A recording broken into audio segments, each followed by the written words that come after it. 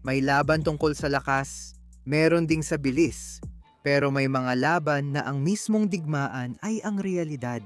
Ngayon, ilalaban natin ang isang kosmikong pokpok na mas matanda pa sa universo laban sa isang lalaking naging Diyos nang hindi sinasadya, si Pennywise.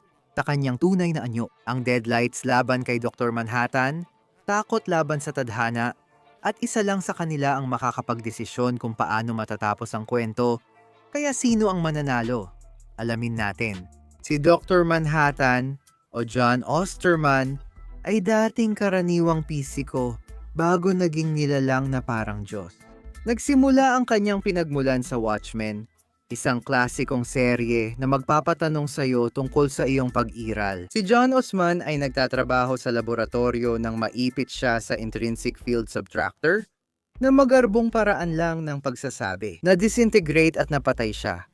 Pero pagkatapos ay nabuo siyang muli sa quantum na antas na nagbigay sa kanya ng kapangyarihang parang Diyos. Ano ang mga kapangyarihan ni Dr. Manhattan? Magandang tanong yan.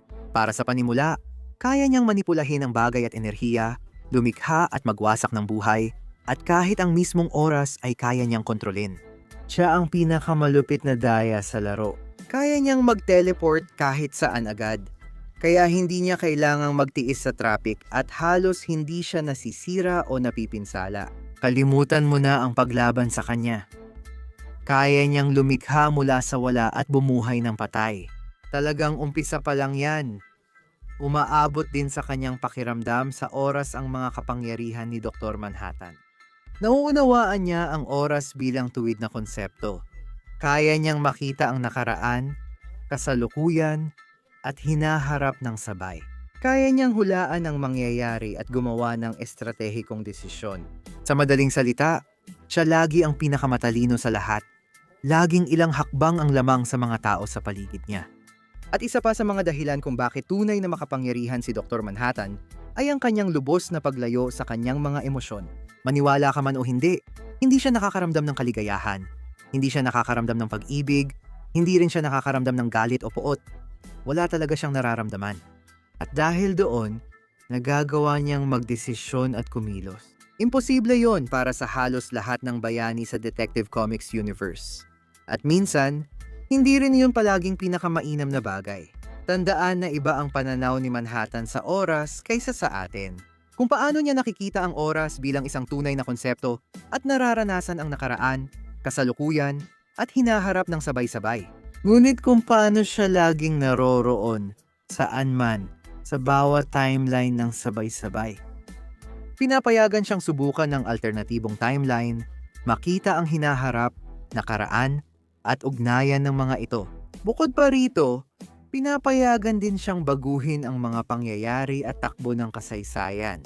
Halimbawa, pwede niyang iligtas si Jor-El mula sa pagsabog ng Krypton, mga ganun. Kaya niyang baguhin ang resulta ng laban, digmaan, at pati buhay mo.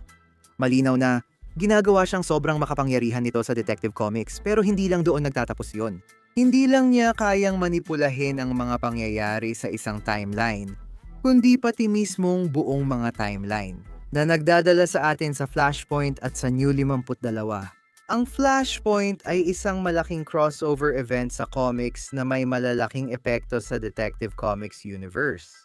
Sa kwento, bumalik si Flash Barry Allen sa nakaraan para iligtas ang kanyang ina, ngunit sa paggawa nito, aksidente niyang nabago ang timeline at lubos na nag-iba ang mundo.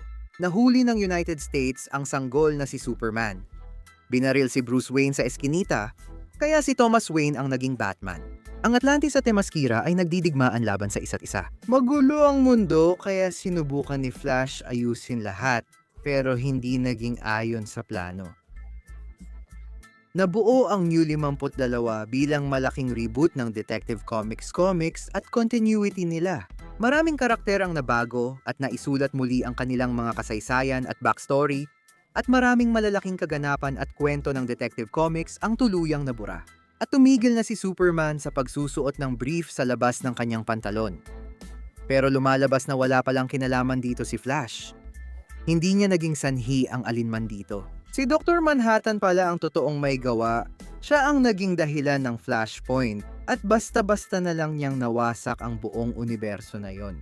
Siya ang nag-alis ng 10 taon sa main Detective Comics timeline at nagpasimula ng bagong 52 universo.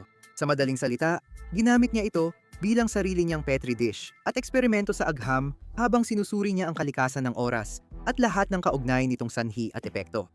Siyempre, hindi ito magtatagal magpakailanman at nang matapos ito, maraming hindi inaasahang mga epekto ang sumama rito. At iyan ang Doomsday Clock dyan mismo. Ang mga kaganapan sa Doomsday Clock ay naganap pagkatapos ng Detective Comics Rebirth na event, kung saan bumalik si Wally West at lahat ng iba pang mga karakter na dating nabura mula sa Detective Comics continuity. Nagsisimula nang bumalik sa tamang balanse ang mga bagay-bagay. Isiniwalat na si Dr. Manhattan ang dahilan ng mga pagbago sa Detective Comics timeline. Ang puppet master sa likod ng eksena, nilalaro at minamanipula ang lahat. Malinaw na hindi natuwa ang mga bayani, ayaw nilang nilalaro sila ng ganoon. Sinubukan nilang pigilan si Manhattan sa pagmamanipula ng mundo at muntik niyang talunin ang kalahati ng mga bayani. Isang kumpas lang ng kamay, agad niyang nakuha ang kapangyarihan ng Green Lantern. Para sa kanya, ang mahika ay parang statistical anomaly lang na kaya niyang manipulahin. Walang bayani ang makakaharang sa kanya. Ibig kong sabihin, oo, sinubukan nila, pero lahat sila nabigo. Kasi, syempre, natural lang na ganun ang mangyari. Ito ay literal na Diyos na kinakaharap nila. At hindi tulad ng pagiging Diyos ni Wonder Woman o ng kapangyarihan ni Superman na parang Diyos. Ibig kong sabihin, literal na Diyos na may malaking di talagang Diyos. Wala talagang makakatalo sa kanya. Natapos lang ang Doomsday Clock nang mapagtanto ni Manhattan ang kanyang pagkakamali. Ibinigay niya pabalik ang mga alaala at kasaysayan ng lahat ng karakter na naapektuhan na nagtapos sa New 52 continuity. Gusto mo bang malaman paano niya ito nagawa? Kinuha niya ang Detective Comics Metaverse, isang natatanging universo, winasak ito, pagkatapos ay sinimulan at pinaandar muli. Ngayon ay hindi na siya nakikialam. Sa huli, nagpasya siyang iwanan ang Detective Comics universo. Naniniwalang mas mabuting maghilom ito mag-isa. Si Pennywise, ang sumasayaw na payaso, ang nilalang sa deadlights para sa mga tao ng Derry, Maine. Bangungot siyang paulit-ulit sa bawat henerasyon. Para sa mga totoong nakakaalam, si Pennywise ay hindi talaga payaso kundi ang It. Isang sinaunang kosmikong mandaragit mula sa labas ng oras at espasyo, nilalang na pumasok sa ating universo mula sa Macroverse. Isang dimensyon na di kayang unawain ng tao na kapag nakita mo ang tunay nitong anyo, maaaring mabasag ang iyong isipan. Ang mukha ng payaso, maskara lang yun.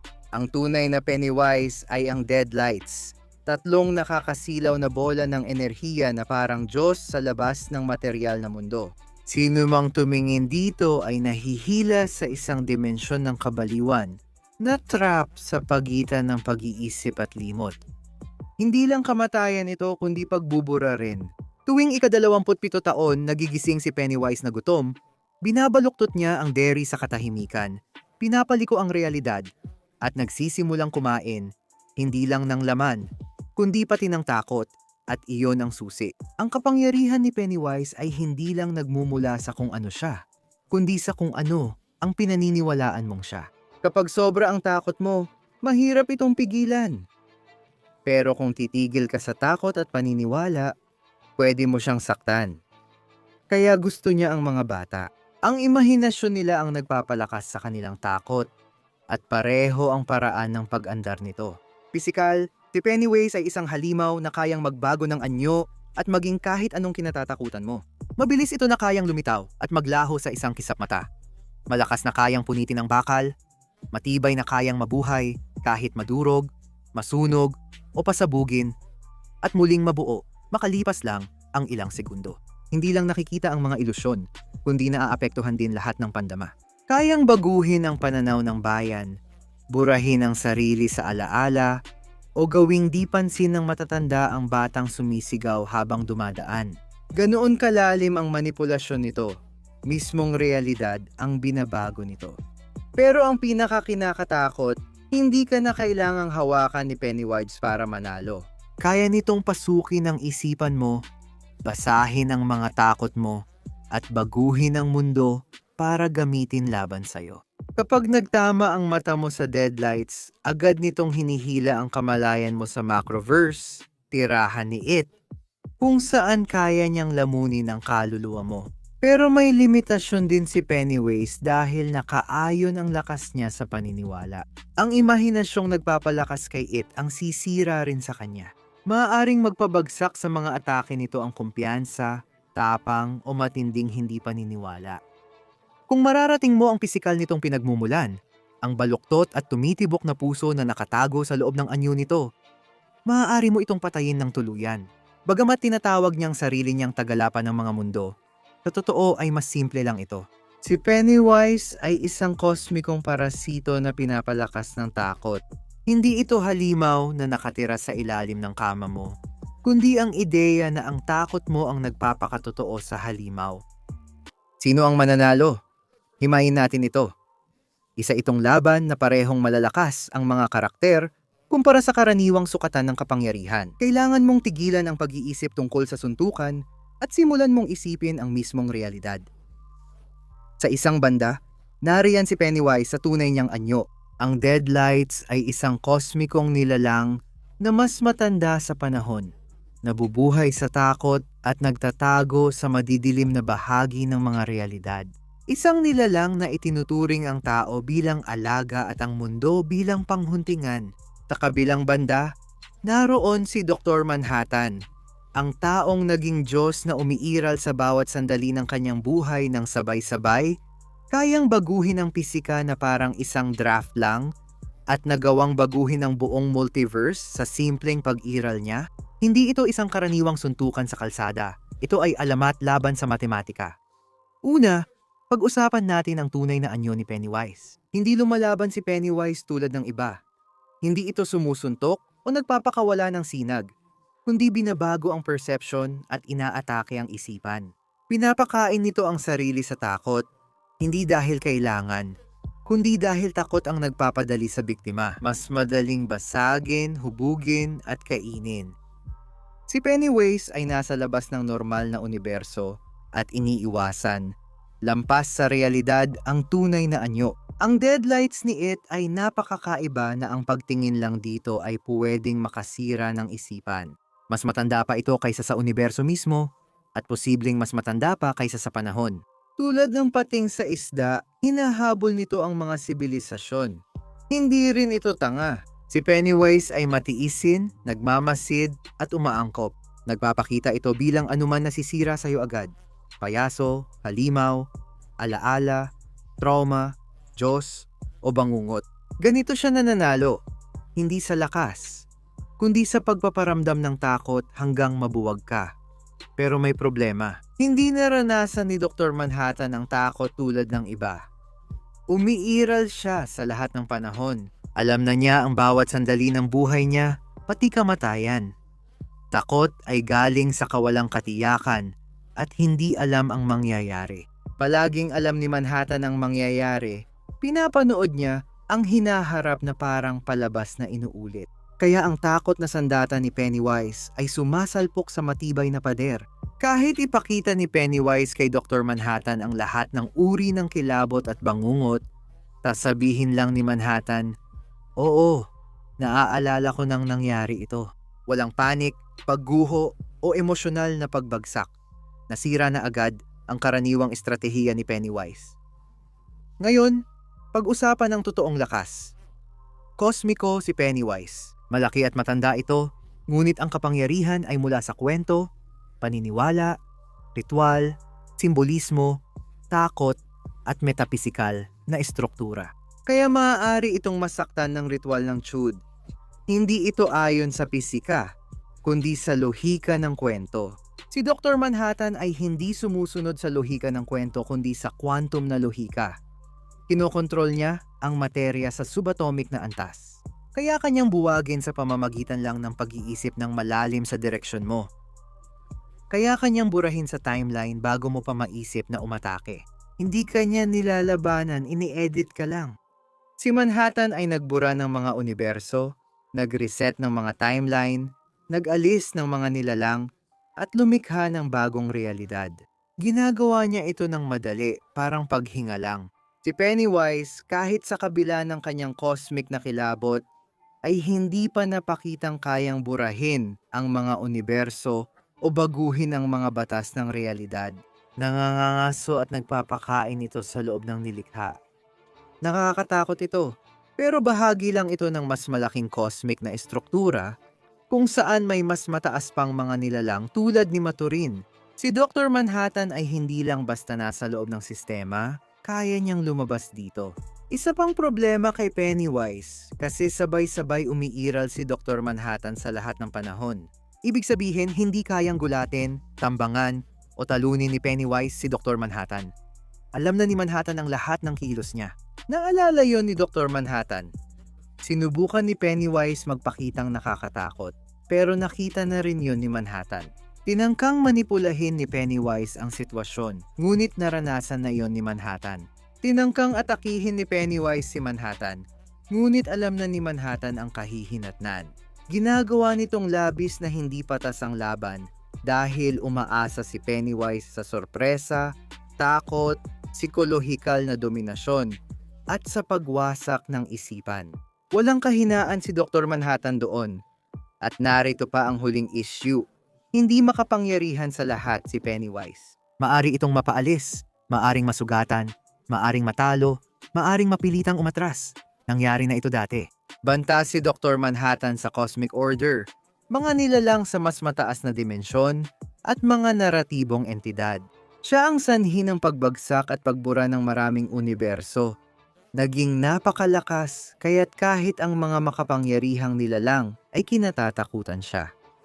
Kaya, ano ba talaga ang nangyayari? Tinangkang atakihin ni Pennywise si Manhattan gamit ang psikolohikal na paraan pero nabigo. Tinangkang ipataw ni Pennywise ang gusto niya, pero binago ni Manhattan ang mga kondisyon. Umiiral si Pennywise sa labas ng realidad at basta na lang sinusundan siya ni Dr. Manhattan doon. Kapag nagpa siya si Manhattan na tapos na ang laban, hindi niya sinusuntok si Pennywise.